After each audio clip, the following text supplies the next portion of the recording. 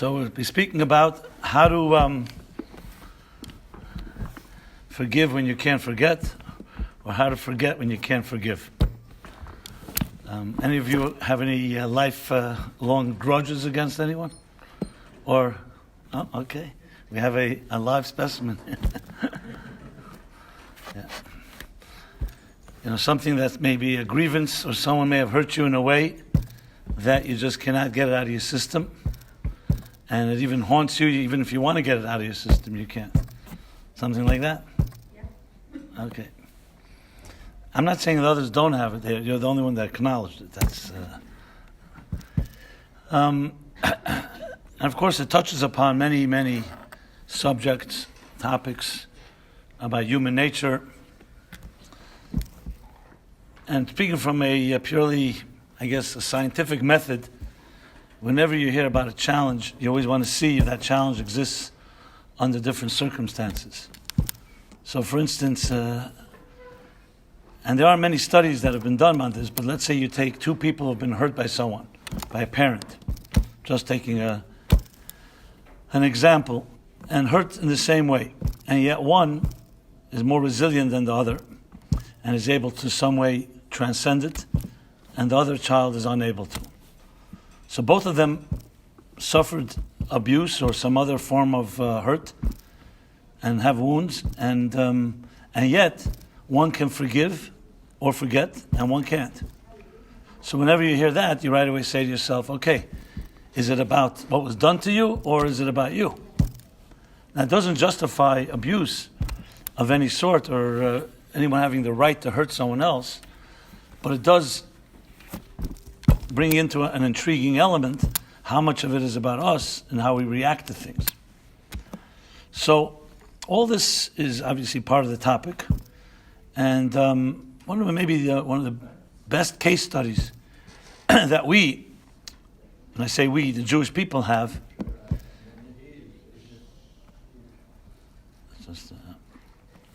is firstly the collective history of our people. We have suffered greatly at the hands of many, both collectively, individually. Take the Holocaust. What's our attitude to the Germans and to the Nazis? So even if you'll argue that there are no Nazis today, but there's still children of them and grandchildren, and there are plenty of sympathizers who are quite quiet and silent during World War II. So what's our attitude to that? And what's a healthy attitude? And then you go back in history as a people. I mean, we're celebrating here, Passover was the Egyptians. So I don't think any of us have any grievances with present-day Egyptians, maybe for other reasons, but not because they enslaved our ancestors. But still, it provokes us to think about what are healthy and unhealthy responses to pain, to suffering, to loss, and ways that have touched us very deeply, closely. I don't know if you remember this, or if you've heard about this, then in the late 40s, or in the mid-50s, I think, there was a big, big debate among the Jewish people, because the Germans at the time were pressured, or whatever motivated them, to pay reparations for all they did to the Jewish people. And there was the Jewish community split into two. Some say, no way. We don't want their reparations. We don't want them to cleanse themselves and feel that they're vindicated because they'll pay us off. Who are we to forgive them when the people they killed are not here? And then there was another school of thought that said, you know what, take the money and run. Who really cares what they think? We're not forgiving them. No one argued that we should forgive them. We're not forgiving them. They were giving the right to give billions of dollars. And there was a big debate. And you can imagine how emotional it was. We're talking about just years right after the war. Ultimately, it was the second school of thought that prevailed, because the argument was, you know what, we can build with that money. Of course, the argument was that it was blood money, etc., etc. But that did prevail, and that became what's known today as the Claims Conference, that has been allocated over, I think, hundreds of billions at this point. that went for different causes. Some people still have a bad taste about it, but you know what? It is what it is. And it touched upon this same debate again, collectively, not so much individually, but collectively, also individually, whether we can forget even if we don't forgive. Because at the end of the day, you had to some way create some type of justification. Would you take money from a murderer that murdered your closest family member? So individually, most of us would be repulsed by the idea. But this was part of the discussion. So when you really broaden it, the topic, it touches so many areas of life. And many areas, even if some of you here have never been hurt by someone to the point that you can't forgive or you can't forget, it still touches upon human nature and how we deal with challenges. So that's a general case study, which is our Jewish history, and we can learn a lot from that. There's also, of course, the story of Joseph in the Bible, in the Torah. And this is an unbelievable story. I don't even know if it's appreciated as much as it should be. It's like a real study in psychology. I use it all the time, and literally, almost on a daily basis, people dealing with all the issues that we know, interfamilial conflict and conflicts between partners, between friends, and how you get beyond certain things that you feel another person has done an injustice to you. So Joseph, briefly the story goes like this. He's sold into slavery by his own brothers. Doesn't get worse than that. Actually, they wanted to kill him in the beginning. And out of what? Out of some jealousy. I'm not going to analyze now why they felt the need to kill him.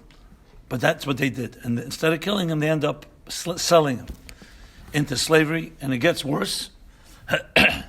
They go back to their father with his shirt dipped in blood, dripping with blood, and say he was killed. Their father, this was his, you can say, favorite son, but definitely special son. And for 22 years, Joseph was separated from his family. The father Jacob thought he was dead. The brothers always knew exactly what they did. And then 22 years later, in the odd, strange set of circumstances, Joseph, not only did he survive, he became the viceroy of Egypt, second in command, and he became single-handedly the head of the Egyptian empire, which became a superpower due to Joseph's prediction or dream interpretation, and then application, where he headed essentially the commodity of the time.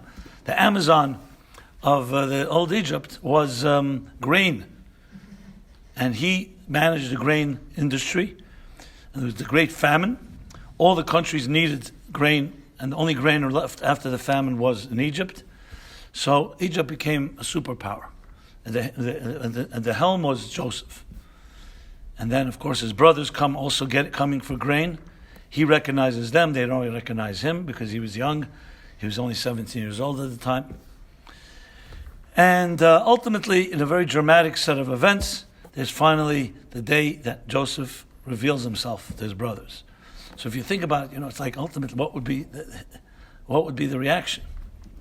Because the brothers, of course, are in terrible shame. They're standing before a person, and firstly, he was in power, and they were at his mercy. And secondly, what they did to him. I mean, how do you can't even say, I'm sorry. What are you supposed to say? They never really corrected their sin. They didn't come look for Joseph and say, we found him, and we want to make amends. He found them, actually. He's the one that revealed himself. So in a very few dramatic verses, the Torah says that Joseph tells them, don't feel guilty. Don't feel guilty, because it was God that brought me here, not you. It was God that brought me here in order to save you and our family and my father and, of course, the world because of the famine. And what follows is that Joseph welcomes them to Egypt, gives them the best of the land, and they settle there. Jacob comes back, goes to Egypt, and that begins a number of years, 17 years to be exact, where Jacob lived his best years in Egypt with his son reunited. This would, of course, lead to the story of Passover. That a little while later, after they all died, the new king in Egypt decided to enslave the Jews. But that's not really relevant to what I want to talk about. I mean, maybe in a peripheral way, and I'll mention it a little later. So here's the question now. What is this exactly? Joseph completely, tzaddik is a tzaddik, completely oblivious, 22 years, what they wanted to do to him, and he completely rises into such a state of transcendence where doesn't even feel the pain. It's like hard to imagine. And yet we're told the story, and as I said earlier, this story, I believe, carries a secret to so many tools and resources that we have at our disposal that we're not even aware of. So we have to dissect and figure out what exactly was going on in Joseph's mind, that he would be able to do something like this. And he says those words, "It's God that brought me here." But he knew very well that God needed some help. His brothers, who happened to sell him into slavery, it wasn't just God took him and sent him to Egypt. And yet he was able to get beyond that. In the Zohar, the classic work of Jewish mysticism, it says, because of Joseph's so-called, they use the word, Ma'ivral Midesav. How would you translate that? Any scholars in the room here that can translate? He was able to get beyond his own emotions. It's the best way I can define it, translate it. Because of that sacrifice, or that ability, he receives a certain reward forever, because that was a lesson in life. Most people would never have reacted that way. They may have ultimately forgiven and maybe ultimately gotten beyond it, but immediate reaction without even an iota of wishes for vengeance and retribution that would have been justified is an act that is very rare in history. You find people behave that way. I've been fortunate in my own life. I've seen some people like that. I can't say on the level of Joseph. I don't know, 22 years of such suffering. But I've seen people who are able to do that. And I always marveled. So what are they made of? Why is it? Are they different than the rest of us? Some of us seethe. We cannot let go of any issue that bothers us. And sometimes you find out what it is, it's almost ridiculous. It begins something that's so small. We're not even talking about someone trying to murder you or sell you into slavery. And yet, as I said before, it's not always about the crime, it's about how we react to the crime. So we all know Viktor Frankl, development of logotherapy, man in search of meaning, man's search for meaning. Whenever I talk about meaningful life, my name of my book and Meaningful Life Center, I always think I ripped it off from Viktor Frankl. Actually didn't, to be honest. It wasn't even the title of the book I gave. It was someone at the publishing house that gave the title. Just mentioning it. So what did Viktor Frankl come to, his conclusions? So he developed, just for the record, he developed a theory before the Holocaust. But then he ended up in the camps as a Jew, secular Jew. And he studied this. He was like in the worst possible place on earth, in history maybe, in hell itself. We're talking about the concentration camps with the gas chambers, and we know what kind of hell that was, or we've heard. So he studied, he looked around as a psychiatrist, as a psychologist. That was his forte. And he writes and documents very clearly that everybody suffered equally, obviously. It's not like a person of faith suffered less. When your children, God forbid, I don't even want to repeat all the atrocities they perpetrated. When innocent people and your families are ripped apart, sometimes you think, I'm sure we all have given it some thought, if we were just born 70 years earlier, where would we be? We would have been right there, most likely. And what was done to them would have been done to us. So it's not just some type of, abstract story in ancient history. And he saw that the people who had faith, the people who had meaning, as he put it, that they had some purpose in life, not a purposeless life, were able to develop, had another resource at their disposal, in their arsenal, that gave them an extra measure of resilience. So I once asked Elie Wiesel. He was very close friends with my father. He was a journalist in his earlier career. And my father's name was Gershon Jacobson. He was also a journalist. And they knew each other back in the late 50s and 60s. And then Elie Wiesel was then a correspondent for, which was then the number one Hebrew newspaper in Israel, was Yediot Achronot, a daily paper. It's still around, but now I think there's a larger paper than that, the free one. Adelson's paper, whatever it's called. Yisrael Shalom, what is the name of it? So that's when he went off to write his book, Night. Actually, it was written in French, but to get it into English, which was around 1960. So my father took over his position, and he became the correspondent. So they were close friends. When my father passed away, I maintained the friendship, and I would have these long conversations with him.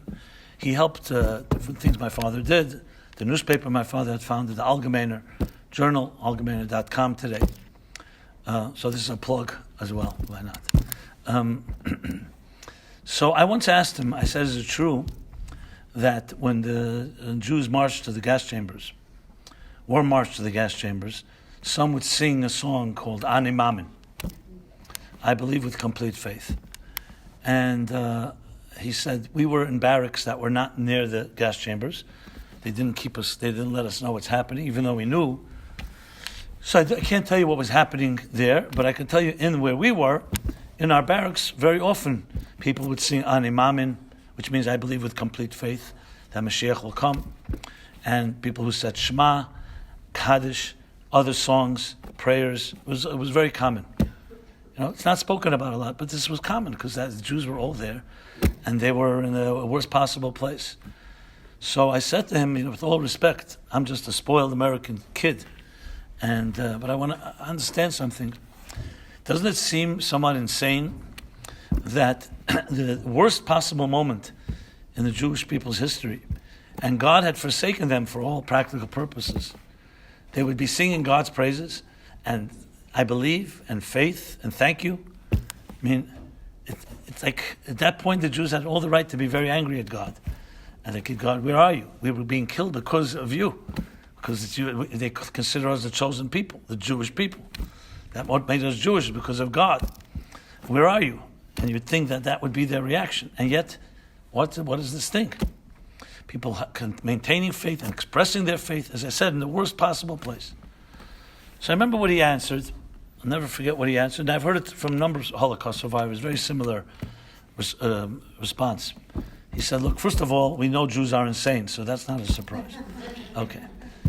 But secondly, what the Jews were really saying was declaring something.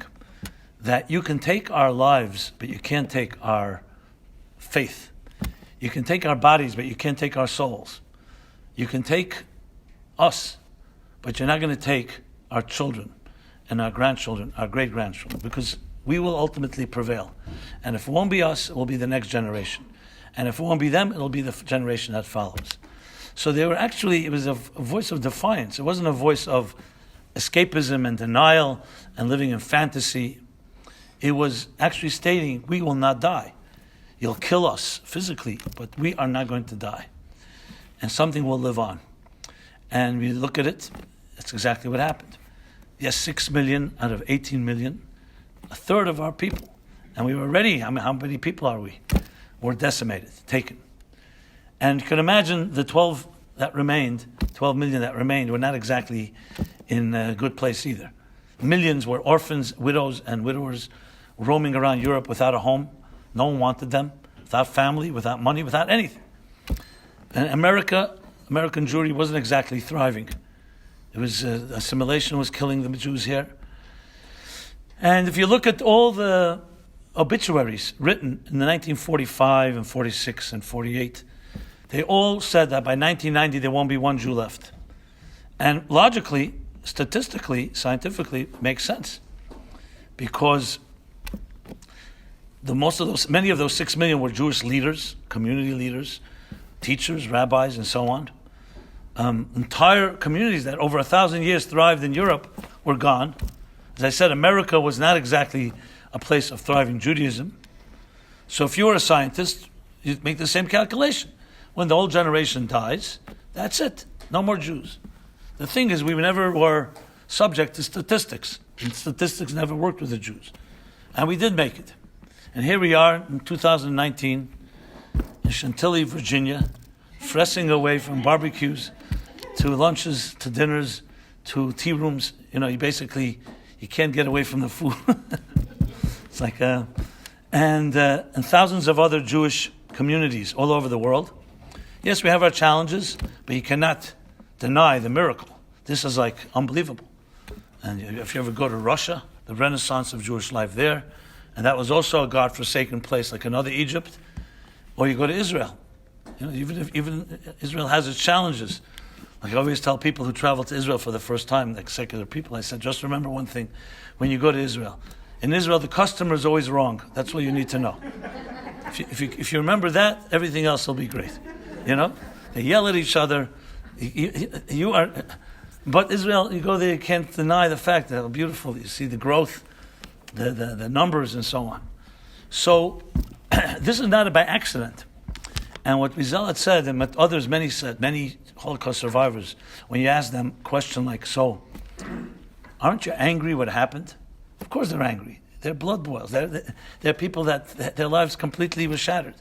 People who don't even have a tombstone for a brother and sister, like I had a good friend recently told me.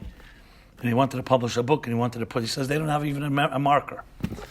And of course we're burning mad. However, our vengeance is, and they always do the same thing, open up a photo album, and they show you their children and grandchildren, and say, this is our vengeance. It's interesting. No Jew, maybe there was one or two insane ones, but I don't think, definitely not most, even considered after World War II to go bomb German cafes. Like you hear, they're angry. The Palestinians or Muslims are angry. You can justify that they're doing this terrorist act. We don't justify terrorism, but you have to understand their anger. We were also angry. And we dealt with things that were perhaps worse than all this. And we didn't bomb cafes. What we did was we built families. And that's not because we forgot. I was in Berlin a number of years ago, Hanukkah. I asked the rabbi to take me to the Brandenburg Gate. You know what that is? That's the place where Hitler, Yamach Shemai, would stand. And we have a film of it today in pictures with his hundreds of thousands of legions. He'd stand there by the Brandenburg Gate and preach his gospel. What's there where he stood today? Hanukkah. You know what's standing there? A Hanukkah menorah. Yeah, literally. And I asked the rabbi, how'd you pull that off?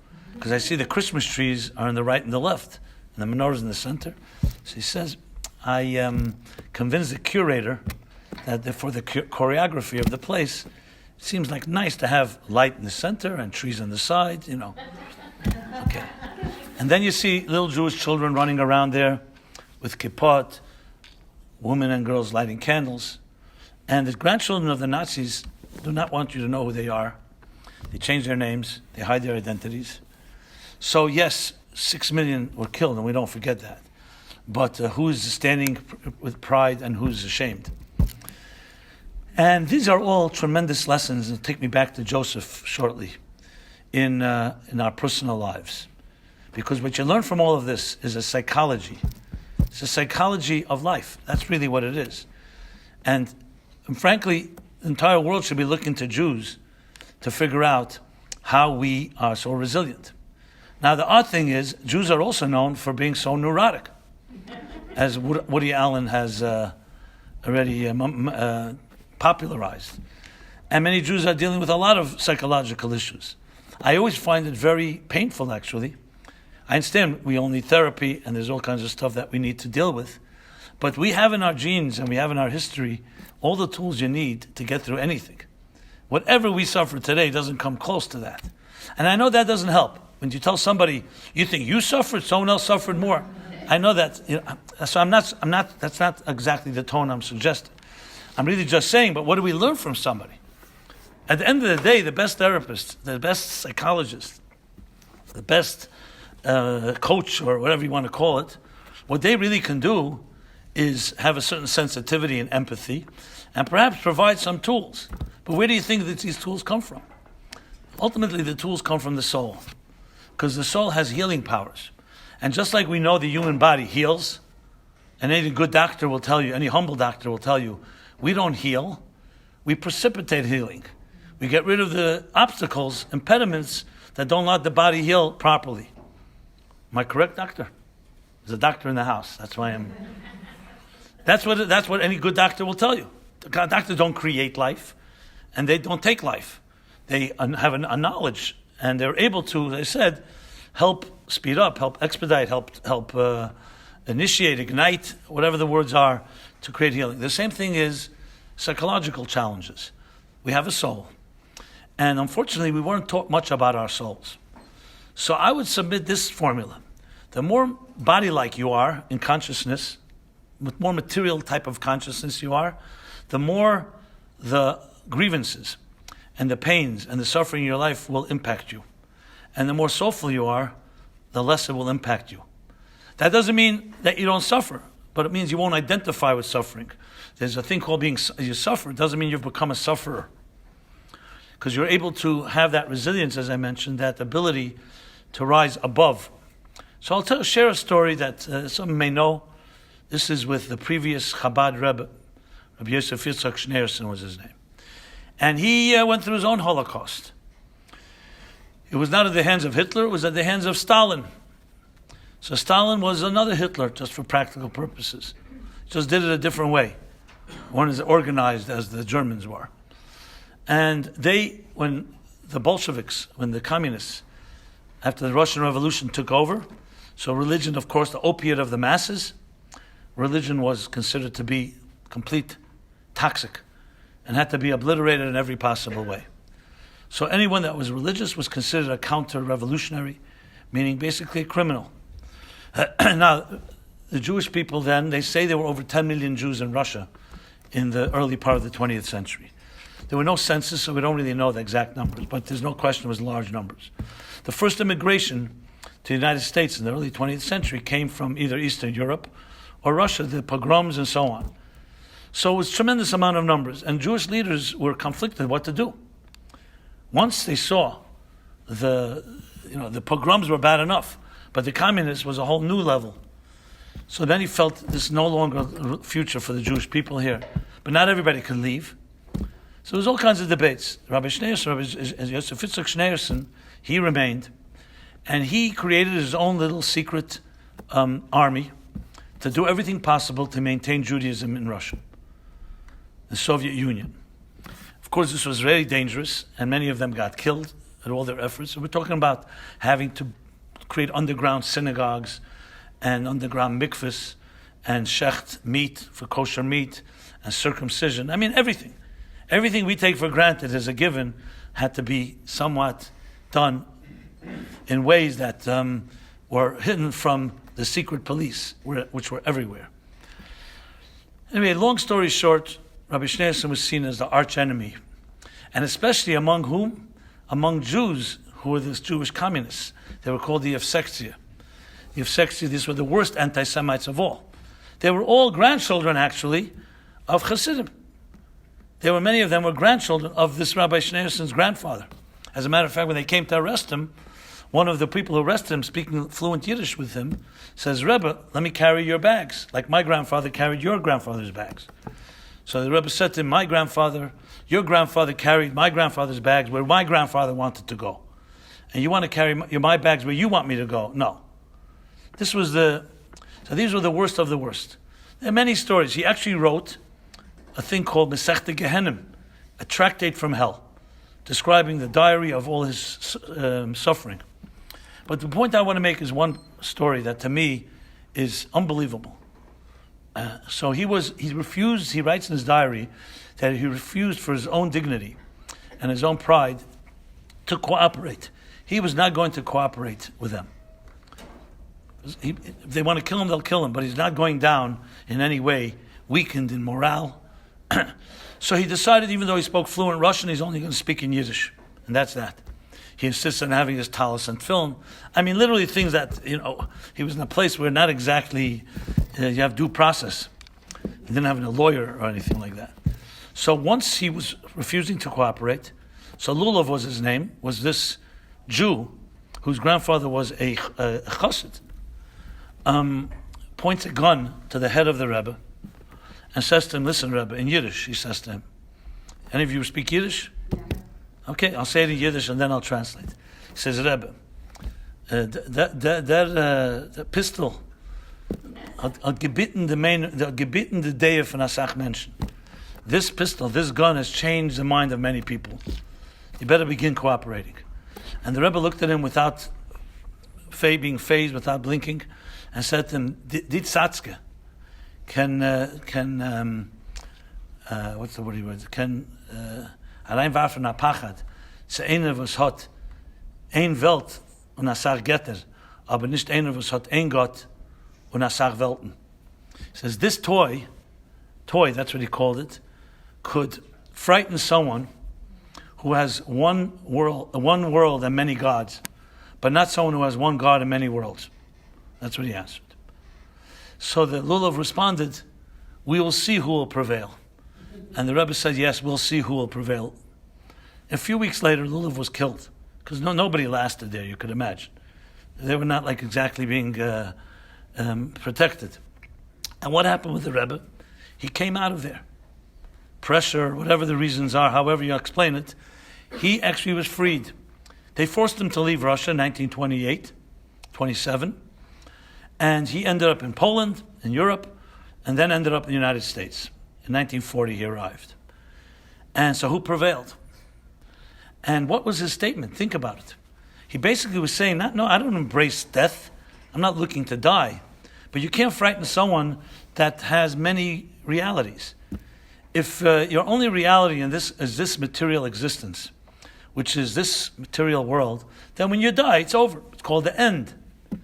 But for anyone that has a somewhat of a spiritual life knows it's never the end. Of course we cherish life and we want to live long and healthy lives. But we are, way investors would put it, we have diversification. Our eggs are not all one basket. You take away one basket, we have many other baskets. That is a person of tremendous resilience. Not because he suffers less, not because he embraces death, but because he knows how to access other resources when needed. And that was the Rebbe's approach that the Rebbe just shared, Rabbi Schneerson. And it wasn't a cute line, it was what he believed, and he stated it. And he really was not frightened. So you go back now to Joseph. What gave Joseph the power was not just he was a great man, he was able to rise above it all. He knew there's another choreography to life, basically like a hidden narrative, that's much deeper than the narrative that we see on a daily basis. So most of us live, frankly, on a superficial level. On a surface level, your life, day to day, day to day. Who looks at life from a big picture perspective?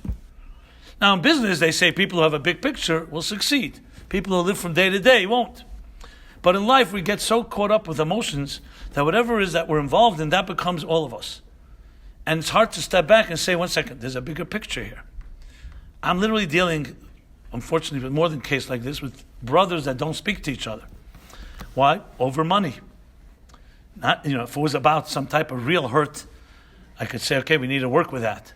They don't speak with each other. So I mentioned the story of Joseph. I can't tell you how they were like completely, they said, we don't relate to that at all. If my brother tried to kill me, I would kill him. Forget about not speaking to him, so they didn't even relate to it. So I'm trying I can just tell you where I'm at is early stages. I don't know how much progress I'm going to make. But I see people who are completely driven by materialism. And I'm not saying it judgmentally. That's how they grew up. Their father was a tyrant, a financial one as well. He left them with all kinds of fights because he didn't really create boundaries. He played favoritism. So they're coming with a lot of baggage. And I understand it fully, and I understand what we have to deal with. But I cry sometimes. I say to myself, these people completely have no soul. I should correct myself. They're completely unaware that they have a soul. And it's meaningless to them. It's really meaningless. There's no question in my mind. I once met an individual, very, very wealthy man in the billions. And his children are estranged from him. For many reasons, mostly due to him. And I say to him, how much money would you pay to get your children back? So, everyone throws out their prerequisite. Of course, he was at least honest. He says, something, I don't know. I don't know if I would be ready to give away money. So I said to him, so you're telling me that your biological, natural love for a child that carries your genes, and that when you die one day, this will be the only thing that you leave. Because you can't take the money with you. You probably know that. He says to me, maybe they'll develop some technology, I could take the money with me. He said it half jokingly, obviously. So you're ready to tell me that you're giving up eternity, future generations who'll never know you, and they don't want to know you. Did you see my Wendell anywhere? I cannot find Wendell anywhere. Really? Yes, for real. Oh boy. That's my grandson. So what do I do? Can you imagine? I have to make a choice. But I mean, I'm not getting money for this, so I'm getting a meal. That's it. Is it an emergency, or you can finish? You found. Okay. Thank you. I didn't have to make the choice. Okay, is that God sent or not? Huh?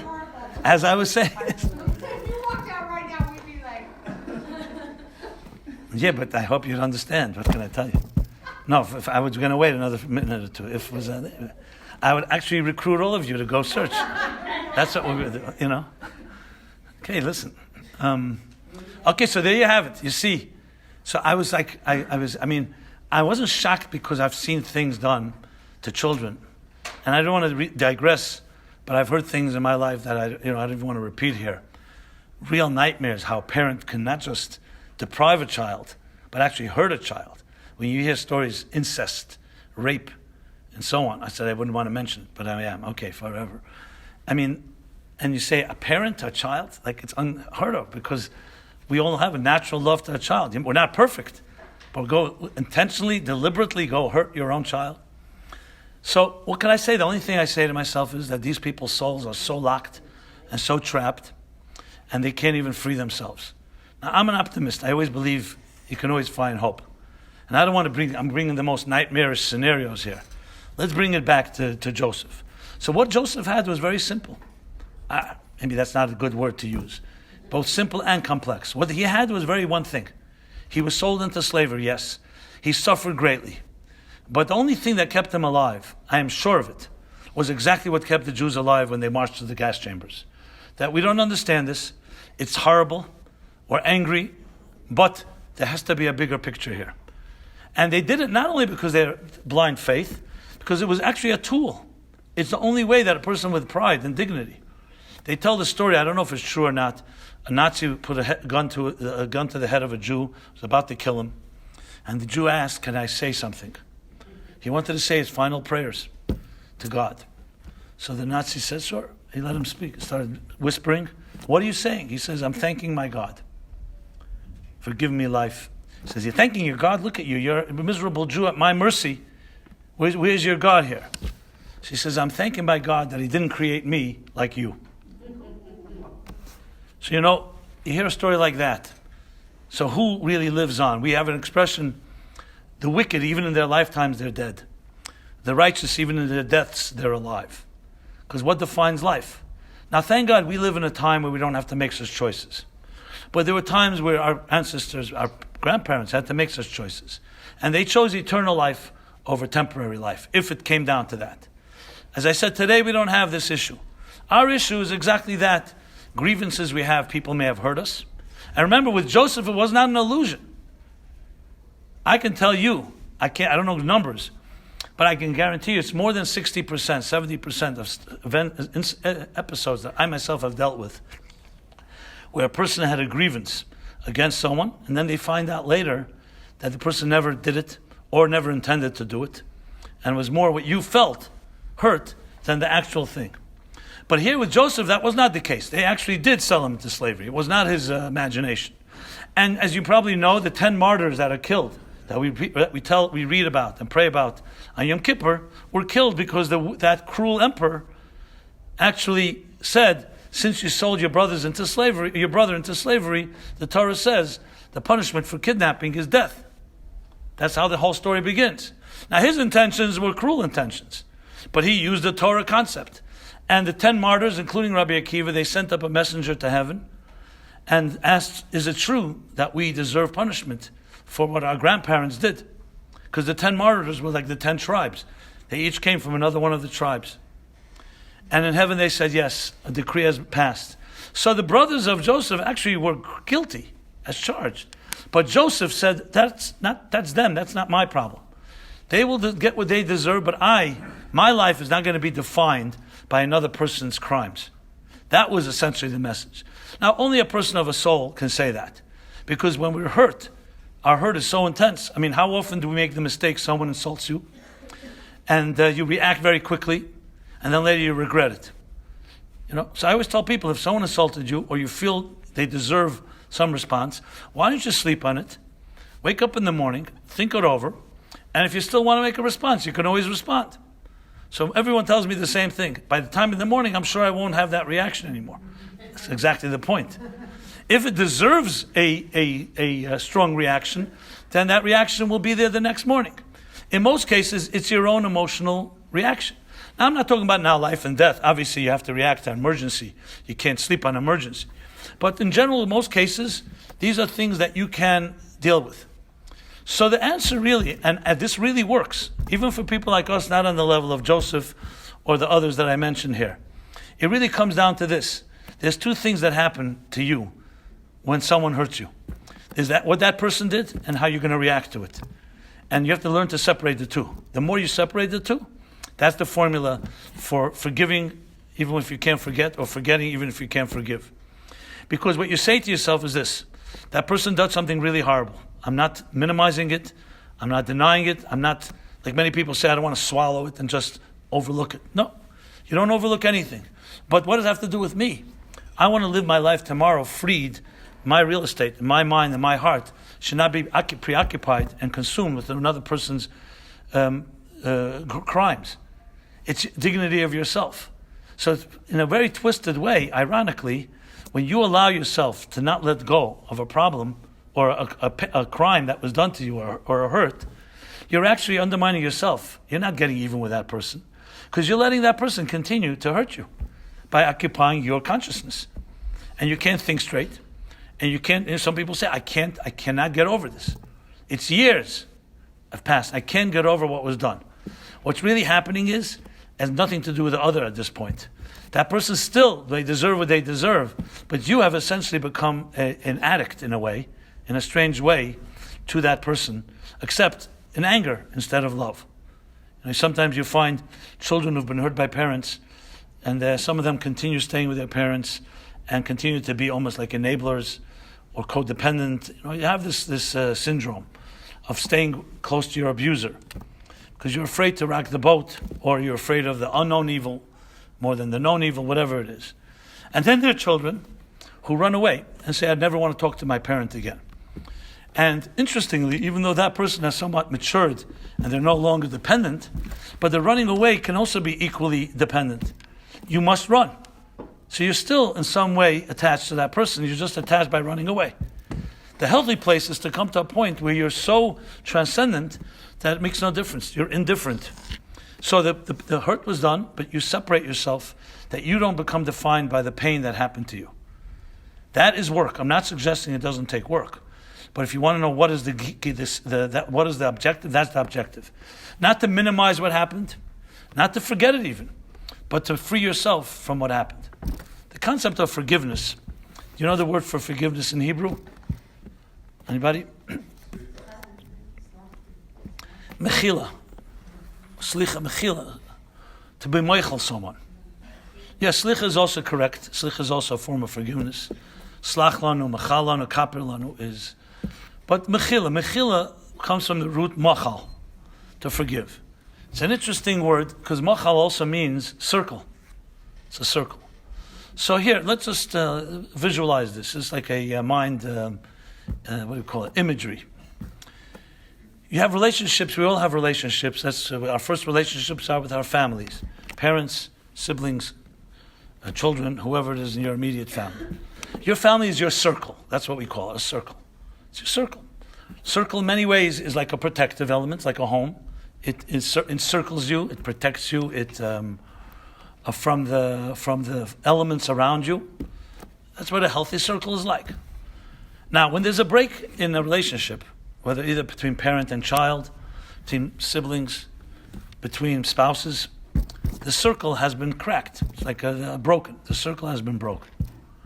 Forgiveness is the idea of mending the circle and making it whole again. So, the reason we have a mitzvah to forgive, even those that have hurt us, of course there's a mitzvah for them to come and ask for forgiveness, and sincerely so. Not like, the guy that says every Erev Yom Kippur, the day before Yom Kippur, the guy that always hurt me calls me and asks me for forgiveness. after a while, and then goes the rest of the year, he's hurting me again. And then he asks again for forgiveness. I said, you know what? Stop hurting me and stop calling me. You know what? That would be better. You don't have to ask me for forgiveness. It's a joke. But if there's a sincere request, so there's a whole series of laws before Yom Kippur. It's actually real, tremendous psychological insights. How the person who's done the hurting is responsible to ask for forgiveness and really mean it. And the person who has been hurt is obligated to grant forgiveness. Except there are two conditions, if I may say. One is, if by forgiving the person, it will hurt you in turn. There are scenarios like that. And number two, if you feel that the person asking for forgiveness is still too arrogant and doesn't deserve forgiveness yet. It's very interesting. It's the only place in the Torah that allows you to make the decision. And you're the one that was hurt, so you're subjective. Because the Torah is sensitive to the fact that sometimes forgiving someone is not always a mitzvah. Sometimes forgiving them is helping them absolve themselves of it and never being accountable. So, case by case, I'm not going to go into all the details, but that's the case by case. The point I want to make is this, that the most powerful element of forgiveness is not the forgiveness of another person, is the forgiveness of yourself. You ever hear this, and many people experience it, when they've been hurt or abused, many people blame themselves. Children, for some reason, which sounds odd to many of us, blame themselves when their parents get divorced. They blame themselves if they were hurt by someone. They say, what did I do wrong? Now, what goes on in a child's mind could be they feel that the person who loved me could not be the one that's really hurting me, so something must be flawed in me. They can't accept that a parent would be flawed. Or they feel they enjoyed it in some way, whatever it was, so they feel they partnered in it, or something about me that attracted that person's abuse. I mean, these are all distorted versions, but that's what happens. And very often in good therapy, what happens, you have to help a person forgive yourself. You did nothing wrong. It was done to you. You didn't do it. So by doing that, you are completing your own circle. Whereas as long as you keep that shame that is polluting your mind and is toxifying your psyche, then what happens is you are continuing to have a broken circle. And you have the ability to close your circle. Whether that person will ask for forgiveness or that person will do tshuva and repent or not is in their control. You can't do anything about that. But your circle you want to be complete. So it comes down to, again, the main thing to remember is that you control your destiny. This does not mean you control what was done to you, but you control how you're going to react to it. My father, in 1989, I remember Rosh Hashanah Yom Kippur, he suffered a mini stroke. And he ended up in the hospital for the holidays. I live in Crown Heights, and I went before Yom Kippur, I went to get lekach, which is like honey cake, from the Lubavitcher Rebbe. My father was close to the Rebbe, they would communicate often and so on. So the Rebbe gave me lekach, which is like a honey cake for a sweet year, and he told me the following words. He said, give your father the sweet cake, and he should have a sweet and healthy year, and tell him that when he finishes his mission, for which he was sent to the hospital, he'll be released. That's what he told me. So I come to the hospital, I give my father the cake, my mother's there, I tell my father what the Rebbe said, and my mother starts running around and lighting candles with the women and this and that. My father calls her back and says, first of all, I'm in the hospital, not you. You're just visiting me. It's my mission, not yours. And my father, whatever he did, after Yom Kippur, the Rebbe sent his personal secretary to ask my father whether he finished the mission there. Because if yes, he'll be released. Now think about this. My father ended up in the hospital for all ostensible reasons because he had a stroke. Not because he exactly wanted to be in a hospital. Nobody goes to hospitals for good reasons. And yet, here's how the Rebbe was teaching him a lesson, that even when something seems to be completely for negative reasons, there's always a deeper reason. Exactly like Joseph. Joseph was in prison. He was in a pit. And yet, he saw, there must be a reason I'm here, because I am not going to accept that I'm only here because my brothers hated me, or I'm only here because I'm a victim. That's a victim mentality. What am I going to do about it? How am I going to rise to the occasion? So what's fascinating here is that when a person continues to carry a grievance or continues to carry a hurt, what you're really doing above all is undermining yourself. You're not allowing you to be you. You're allowing experiences in your life to control you. That's called a victim. And the difference between a victim and a leader is someone who takes the bull by the horns. Now, my father had the stroke, but understanding that there was something deeper going on, and when you deal with that, in some ways, that itself will bring healing, and you'll be able to get out of this place. That's the attitude. I heard from Chief Rabbi Lau, former Chief Rabbi Lau, the father, that when he came to America, the first time was 1974, right after the Yom Kippur War. The Yom Kippur War was a very demoralizing mood in Israel, because as in contrast to the 6-Day War, where there was euphoria after the miracles, and 6 days, very few casualties relatively. Yom Kippur War, mistakes were made, there was arrogance, over 2,000 casualties for a country like Israel was a very large number. So when he came to America, he was by the Rebbe, and the Rebbe asked him, what is the mood in Israel? So he said, Jews are asking, was wird sein, ma yiyeh, what will be? And he said, told me the story. He said, the Rebbe grabbed his wrist and said, Jews never ask what will be. They ask, what will we do about it? Not ma yiyeh, ma naseh. Nicht, was wird sein, but was wird man tun? A victim asks, what will be? You know, you ever see people, okay, we're in trouble, what will be? And a leader says, okay, what do we do now? How do we get out of this predicament? You dig deeper. Now, you may think you're not wired that way. You absolutely are. It's really the difference between body thinking, body consciousness, and soul consciousness. A body thinks very much in the moment. You're hungry? I got to eat. It's only the soul that tells you maybe you shouldn't eat that much, you know? Or maybe it's Yom Kippur today, or there's other reasons you should exercise restraint. But a body reacts. I got pain, ouch. Something affects me, it's all immediate. It's the here and now. That's the nature of physicality. It's the nature of matter. Matter is completely controlled by time and space. You sit in your chair, you occupy the space. When you talk about things like love, love transcends time and space. Two people can sit near each other physically and despise each other. Two people can be a million miles away from each other and love each other like as if they're together. Because the soul is not subject to the limits of time and space as we know it. So if you want to have resilience, you want to have power to be able to rise above things, you have to access the soul. There's really no choice. A body-like approach is just going to trap you wherever you're at, and you'll just dig yourself a deeper hole. So the real challenge is not to teach someone, forgive what happened, forget what happened. It's let's make your soul stronger. The stronger it becomes, you automatically are less victim and less vulnerable to events around you. That's the fact. Let's use security as an example. People are secure. The most secure people, one of the easiest ways to know a secure person, they don't have a problem if someone disagrees with them. You don't have to be wrong for me to be right. A secure person is very easy to coexist with because they're not fighting for their turf. The people that are the most difficult to work with are people who are very insecure. So they hide their insecurity. Like one guy told me, he hides his ignorance with his arrogance. He hides your insecurity with the so-called bluster and I'm absolutely right. Real secure person, my space is very secure. I don't need to undermine you for me to be stronger. So the same thing is here. The more you are connected to who you really are and your own destiny and your own calling, your own mission, and more secure you're with it, other things will faze you less. That doesn't mean you can't be fazed. It doesn't mean we're all human beings.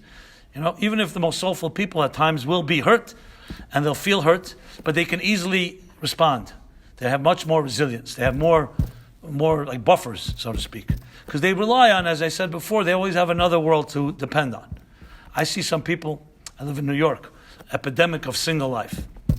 And I tell singles who I know many, and not necessarily for religious purposes. I said, why don't you find a significant other, a soulmate? Sorry? Okay. And the big thing here, so they always say why? They always think I mean from a religious. I said no. From a healthy point of view, it's living a life that you're taking care only of your own needs all the time. Cannot end up. It's always on a collision course because if something's taken away from you, you have nothing else to rely on. People have a family. No, we're here Pesach, you see it.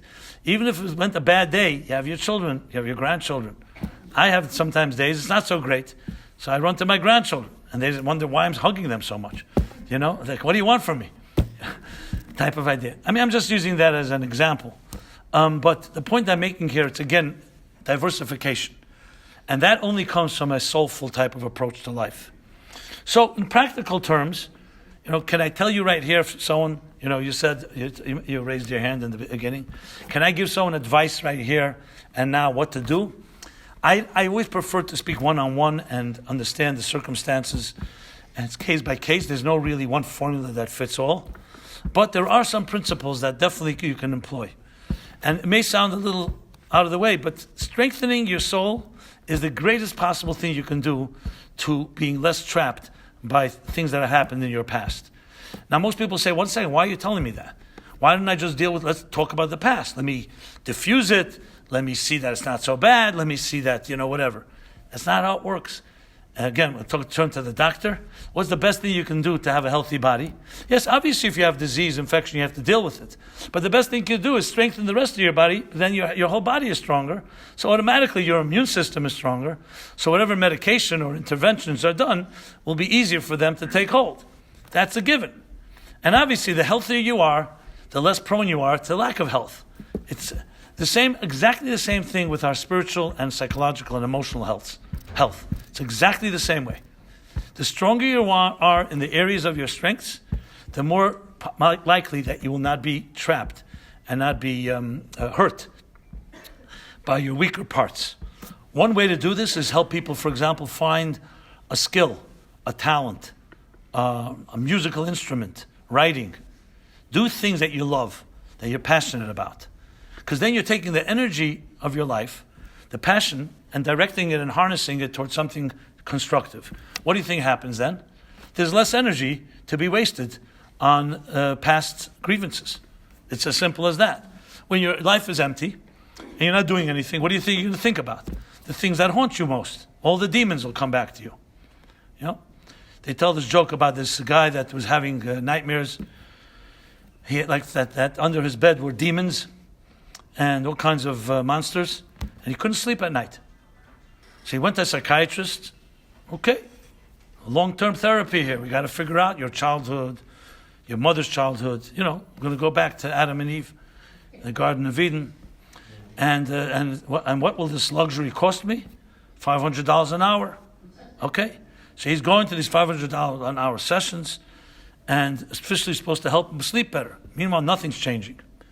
Comes the end of the year, it's Rosh Hashanah time. The rabbi comes to this guy and says, okay, what donation are you making this year? He says, I can't make a donation. All my money is going to psychiatry. This year I can't. She says, so what are you going for? So he tells him the story with the demons under his bed. So the rabbi gives him a piece of advice. And you know what? Most peaceful sleep is all gone. He meets a psychiatrist in Shul on Shabbos. And the psychiatrist says, what happened to you? You didn't come to your last session. He says, I solved the problem for free. I have to make a donation, but pretty free. He said, what did he tell you, the rabbi? He says to cut off the legs of the bed. So the bed had legs. So once the legs are cut off, how could demons get in there? So there you go. So sometimes psychological advice can be quite cheap if you don't know who to go to. So we always create our own monsters. Now, halavai, may it be that we could always find such easy solutions. But it's just a figure. It's obviously just a symbolic message. That's how it is. Sometimes psychological issues are much bigger in your own eyes than they really are. That's the fact. Because we're subjective, and emotions tend to magnify things. Another person looks at it and say, you know what? In context, it's not such a. And again, I'm not trying to minimize pain, but in context, it makes a difference to hear. And that's the second thing that every one of us can do. Find yourself a mentor. Find yourself someone that you can talk to, that you trust, that's not judgmental, and you really feel you can speak to openly. And it's more of a sounding board. They may not always convince you, but it's good to always hear fresh air, a fresh perspective, especially over things that you've been sitting on for years and years and years. Because at some point it becomes like stale air. And all infections, where do they fester? When they were enclosed. You open up fresh air, always is a healing agent. And the same thing is psychologically. that the more you are able to find someone to speak to, that releases part of the energy. Anger can be released that way, frustration, grievances, pain. Again, is it the only solution? Obviously not. But these are some of the things that we all can do. And I return and finally say again what I said earlier. Strengthen your soul, and everything else in your life will be much, much easier to deal with. You'll have more resources, more tools, and more skills, life skills, to be able to deal with anything. I think to myself, I once gave a talk on this topic, and someone raised their hand at the end and says that anything that you have a grievance against anyone that you can't get rid of. Because it's very nice to preach to others. Because I can tell you, it's always easy to give advice to others that you don't take yourself. Is that true, Doctor, as well? Huh? Okay. See, you agree with everything I'm saying? Okay. Okay, so the truth is, I thought about it. Honestly, I know some people probably have more grievances with me than I have with them. Not that but honestly, I could say with an honest heart that I don't have any grudge against anybody. There are people who have done things to me, like anybody. But I believe the reason is because I have trained myself to think this way. And I'm not saying this to toot my horn. I'm just trying to be honest in this group therapy session that I'm the only one speaking. But, and I think it comes from, number one, I was surrounded by people like my father, tremendous influence in my life, the Rebbe, of course, people who just were not petty. They were not grudge-oriented. They were able to get over things. Now, sometimes I used to think my father was a person who really almost everything, you couldn't really faze him. He had this very deep inner security. He was a very good communicator, but I saw him sit at a table sometimes, 3-4 hours, everyone's arguing, and he's just sitting there, living in his own little corner, comfortable in his own skin. That's one of the things. You see people who are comfortable in their own skin has a tremendous impact. If we have parents like that, that's probably the biggest head start you can get because it makes you feel comfortable in your own skin. And I think that has helped me. In other words, not so much training, but just being exposed to people who did not let, especially petty things. But there are times I'm like, sometimes you get obsessed with something happens, and I say, I wish I did it differently. And then I realize that a few days pass, not so bad. And even if it didn't happen exactly as I liked it, you move on. So just want to point out that I'm one of you, and I think that we all can find deeper resources. And I think everyone will agree that you have a lot more potential than you think you have. That's the nature of potential. Actual is never as great as your potential. Isn't that a brilliant formula? Should I turn to you again to agree? So, yeah. So here we are. Okay. So I conclude like this. Firstly, Passover is exactly what the name implies. You pass over things. We overlook things. I remember once finishing a class in Manhattan, Upper West Side, and after the class, we were just sitting around, a bunch of us, and someone wanders in, one of these con artists, and comes over to us and says, I have a little girl in the car, it's a very freezing night, we're out of gas, I need $85 to get back to New Jersey. So let alone the kid in the car, the whole story was a little, and everybody, no one said anything, but we all knew, we've all been there. One guy sitting in the class, sitting there, pulls out $85 and gives it to him. And the guy goes off.